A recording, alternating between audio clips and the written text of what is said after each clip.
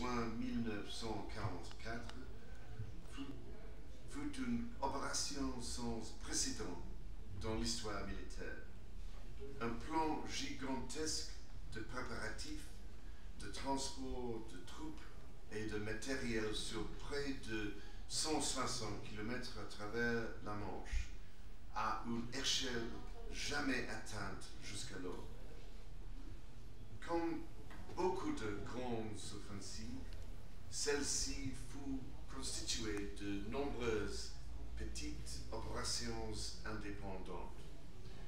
L'une d'entre elles sera l'attaque menée par la 6e division aéroportée britannique, ordonnée directement par le Field Marshal Montgomery et dont la réalisation sera confiée au général Richard Gale et ses hommes.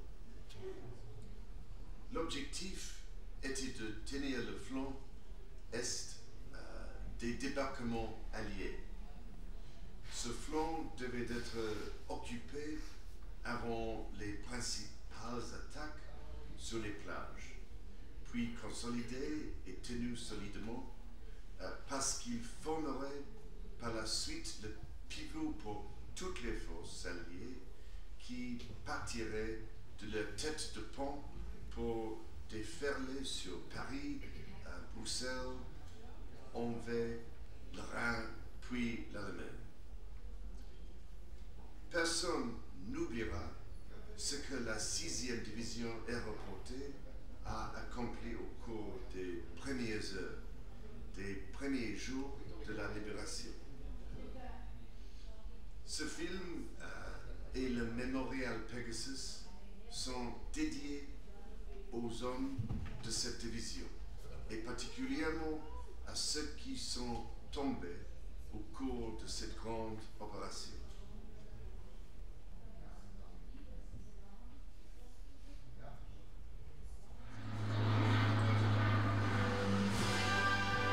L'image est toujours impressionnante et elle nous ramène sans cesse à notre liberté. Juin 2000, la 6e Airborne accompagne l'inauguration du mémorial Pegasus sous les ordres du prince de Galles.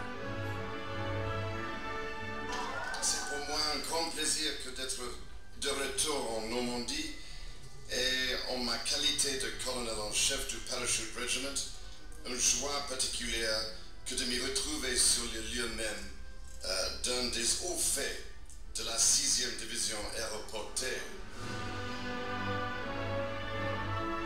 Le futur roi d'Angleterre assiste aux cérémonies du 60e anniversaire du jour J en 2004. Cette fois, au musée de Granville, c'est une copie d'un planeur Orsa qui grandit un peu plus le devoir de mémoire que la Normandie doit à ses héros venus de Grande-Bretagne et du Canada.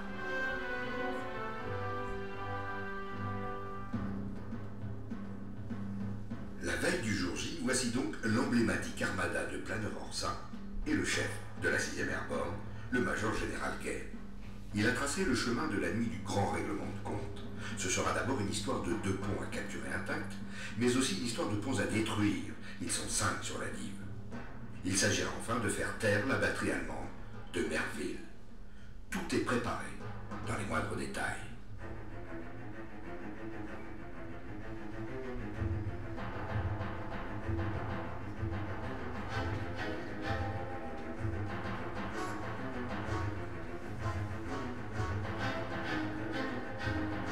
Les premiers rendez-vous seront juste après minuit à Bénouville et à Ranville. Le coup de main a été répété avec des munitions à blanc et même des figurants.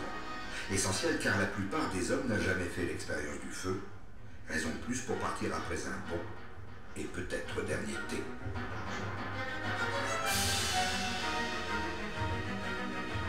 Chaque unité embarque à son bord des correspondants de guerre. Et la BBC, la radio anglaise, va pouvoir mettre rapidement sur les ondes un document exceptionnel, enregistré cette nuit, du 5 au 6 juin 1944. Ici Chester Wilmot, à bord d'un planeur en route vers la France et l'invasion.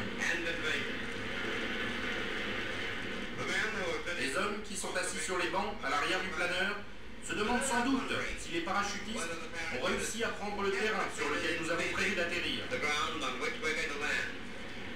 Et s'ils sont inquiets, ils n'en montrent aucun signe. Tout à l'heure, quand je suis allé à l'arrière du planeur, les hommes étaient en train de chanter.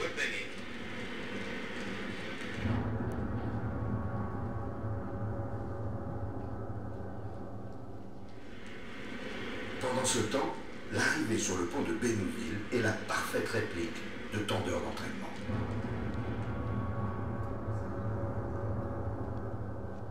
Je pouvais voir la cible, la lune l'éclairait.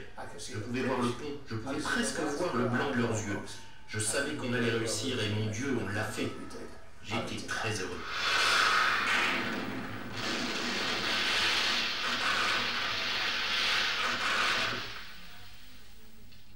Il n'y avait aucun tir. Ça a été une surprise totale. Ce moment où je n'oublierai vraiment jamais. Je le revis à chaque fois que je retourne en France pour l'anniversaire de notre débarquement.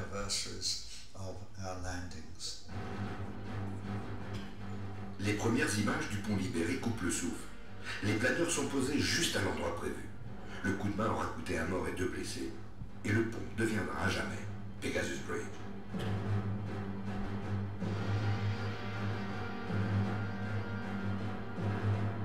Pour les parachutistes, en revanche, les affaires sont plus délicates.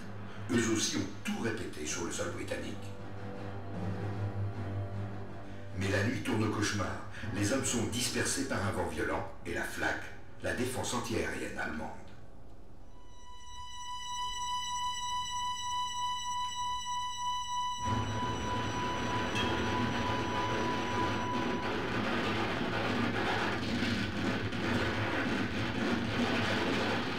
Pour capturer la batterie de Merville, les hommes du 9e bataillon se retrouvent à 150 au lieu de 650.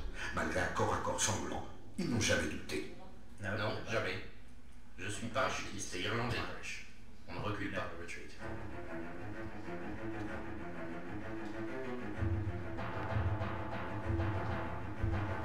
Au petit matin, l'arrivée des commandos de Lord Lovat sur la plage de Sword est accompagnée des 177 Français, menés par Philippe Kiefer.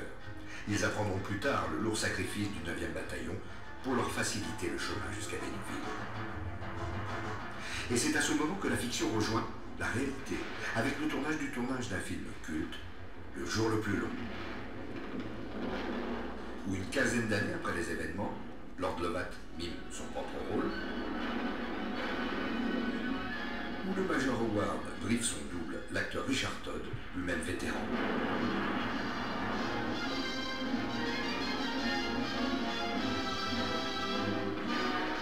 Où Lord Lovat, encore lui, s'excuse auprès du Major Howard de son léger retard, et la jonction est faite. Et où enfin ce même Lovat accompagne son fidèle Piper Bidmilling pour traverser Pegasus Bridge en vainqueur.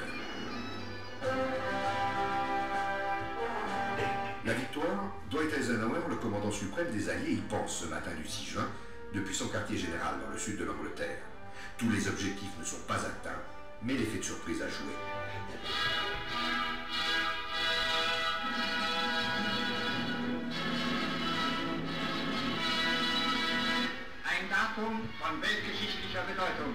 Ce sont les images de l'estuaire de l'Orne diffusées dans les cinémas par les actualités allemandes. Le commentateur explique que la tentative de débarquement des Alliés a été tout simplement rejetée à la mer. Sur le terrain, les choses sont bien différentes. Par exemple, pour la 21e Panzer opérationnelle dans le secteur, la division blindée allemande attendra des heures un ordre de contre-attaque. Nous connaissions toutes les petites rues, les villages et les vergers. Nous pouvions organiser une attaque de nuit, mais l'ordre ne nous est pas parvenu. Alors nous sommes restés sur nos positions jusqu'à l'après-midi du 6.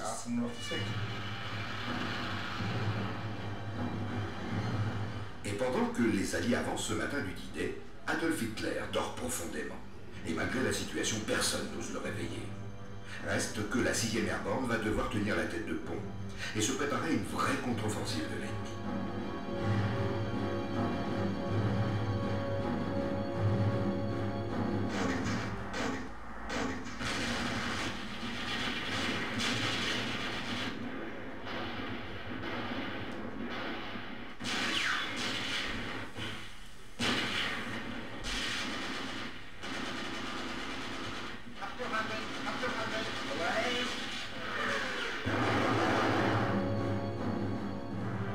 Escoville, Anfreville, la côte de Bréville, ces petits villages normands jusqu'alors sans histoire vont devenir à la fois pivot et sanctuaire de l'engagement de la 6e division aéroportée. En fin d'après-midi du 6 juin, ce sont encore plus d'une centaine de Orsins qui vont être tractés et lâchés au-dessus de l'estuaire de l'Orne. Vu du ciel, ce sont les cratères laissés par les bombardements alliés. Et au sol, la flotte des planeurs nous laisse comprendre pourquoi la 6e Airborne a perdu ici 4000 hommes, tués, blessés et disparus.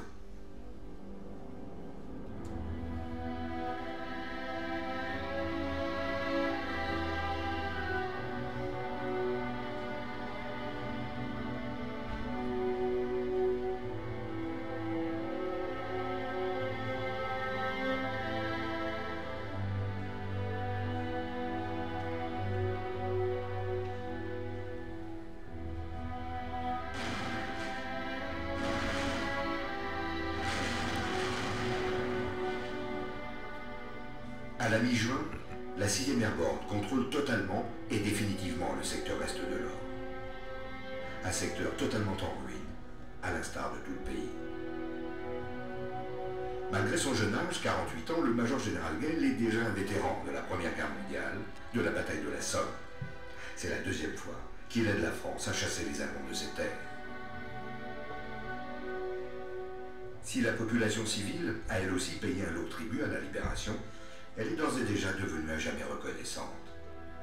Et elle l'exprime en toute simplicité au général Montgomery, le grand chef de guerre britannique.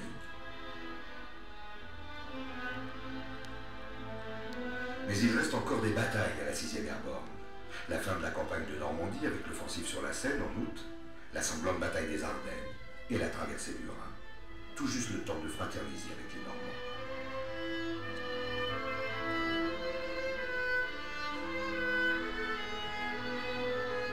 La 6e Airborne sera mise au repos en septembre 1944. Mais avant de partir, quelques soldats redeviendront paysans en l'espace d'une moisson sur les terres épargnées par le déluge de la guerre, l'image enfin d'une vraie liberté.